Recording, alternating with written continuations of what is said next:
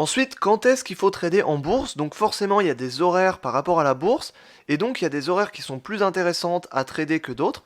Et donc quand est-ce qu'il faut trader? Bah voilà, je t'ai affiché un graphique ici. Donc ici, tu as les horaires qui sont indiqués, donc c'est simplement les horaires des principales bourses mondiales. Donc tu as les horaires de Londres, New York, Sydney et Tokyo. Donc ici, tu as les horaires d'à peu près toutes les principales bourses mondiales, en tout cas les bourses qui vont se relayer. Et les moments les plus volatiles pour trader en bourse, ça va être les moments où déjà on a une bourse d'ouverte. Donc finalement, tu vois qu'on a à peu près tout le temps une bourse qui va être ouverte. Et du coup, le moment le plus intéressant, ça va être quand on a plusieurs bourses qui sont ouvertes en même temps.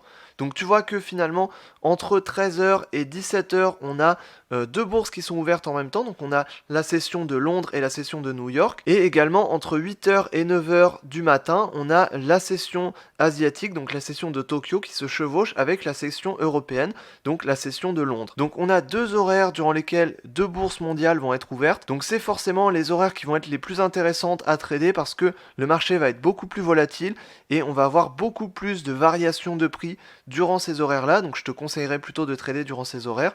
Maintenant, le graphique que je t'ai affiché ici, il est en horaire GMT. Donc il faut que tu le convertisses par rapport à où tu habites. Donc si tu habites en France, nous en France on est en GMT plus 2 pendant l'hiver et GMT plus 1 pendant l'été. Donc ici par exemple, il y a écrit 8h 17h Londres, mais par exemple si on est en France pendant l'heure d'été, ça va être 9h 18h, ok?